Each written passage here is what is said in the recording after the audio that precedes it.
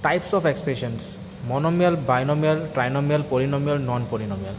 Monomial equal to 1, 1 term. Binomial equal to 2, means 2 term. Trinomial equal to 3, means 3 term. More than 3 terms we call polynomials, and so many terms are not considered as the polynomial. We can say not considered as the polynomials. This is the sum of the examples of monomial. 4x plus 5y square minus 7z. Now concentrate here.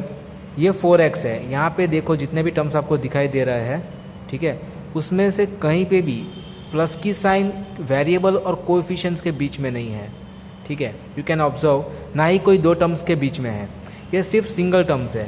4x 5y square z 7z cube plus minus y x y plus minus x y z etcetera. यहाँ पे आप देख सकते हो कि multiply की sign है 1 2 3, ठीक है, ये मल्टीप्लाई की साइन है. तो अगर किसी भी टर्म्स के बीच में मल्टीप्लाई की साइन है तब भी वो मोनोमियल ही कहा जाता है, ठीक है. यहाँ पे 5 और y का रिलेशंस भी मल्टीप्लिकेशन है, 7z का रिलेशंस भी मल्टीप्लाई है. तो there are so many multiplication relations between two variable and coefficients, but this all are called monomial. Now what are the difference between binomial? यहाँ पे देखो 2 टर्म्स है 4x प्लस 5y. ये terms कैसे bifurcate हुआ है? तो ये यहाँ पे प्लस की साइन की वजह से दो टर्म्स अलग अलग हो रहे हैं. Same for the second, third, fourth etcetera. बहुत सारे टर्म्स ऐसे हैं जो आगे की साइन नहीं होती है, that's will be a positive science here.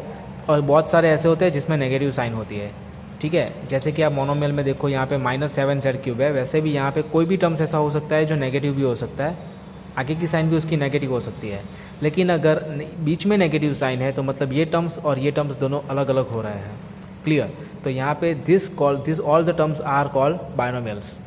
Trinomials, जैसे ही मोनोमियल था बाइनोमियल था, वैसे ही ट्राइनोमियल्स है जिसमें 3 टर्म्स होते हैं. ओके, यहाँ पे बाइनोमियल में हम देख चुके हैं, देखो मल्टीप्लाई प्लस और मल्टीप्लाई. तो मल्टीप्लाई और मल्टीप्लाई ये दो टर्म्स, ये एक सिंगल टर्म्स है और ये एक भी सिंगल टर्म्स है. तो अगर ये दोनों सिंगल टर्म्स है तो ये दोनों वन टर्म्स और सेकेंड टर्म इस रिगार्डिंग बाइनोमियल्स. उसी तरह से ट्राइनोमियल्स है जिसमें 3 टर्म्स होते हैं 1 2 3. वैसे देखा जाए तो यहाँ पे बहुत सारे टर्म्स हैं, लेकिन यहाँ पे हम टर्म्स ऐसा डिसाइड करते हैं with the relations of the bifurcate with operators of plus and minus only. Plus और माइनस की साइन की वजह से जो टर्म्स अलग हो रहा है उसी को हम टर्म मानते हैं. That's 1 term 2 term 3 term, 1 term 2 term 3 term. Okay, that's all like that. अगर बीच में मल्टीप्लिकेशन की साइन है तो वो टर्म्स वो एक ही टर्म्स कहलाती है, जैसे कि ये वाला, ये पूरा का पूरा एक ही टर्म है, भले उसमें कितनी भी मल्टीप्लिकेशन की साइन है.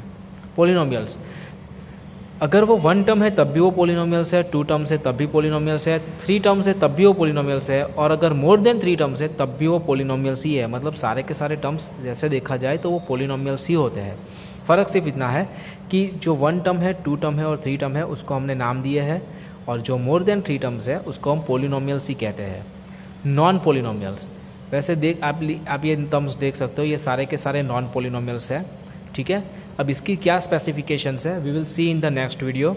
ओके, ये सारे के सारे टर्म्स कैसे नॉन पोलिनोमियल्स हुए वो हम नेक्स्ट वीडियोज़ में देखेंगे. Okay, so these are called the main terms.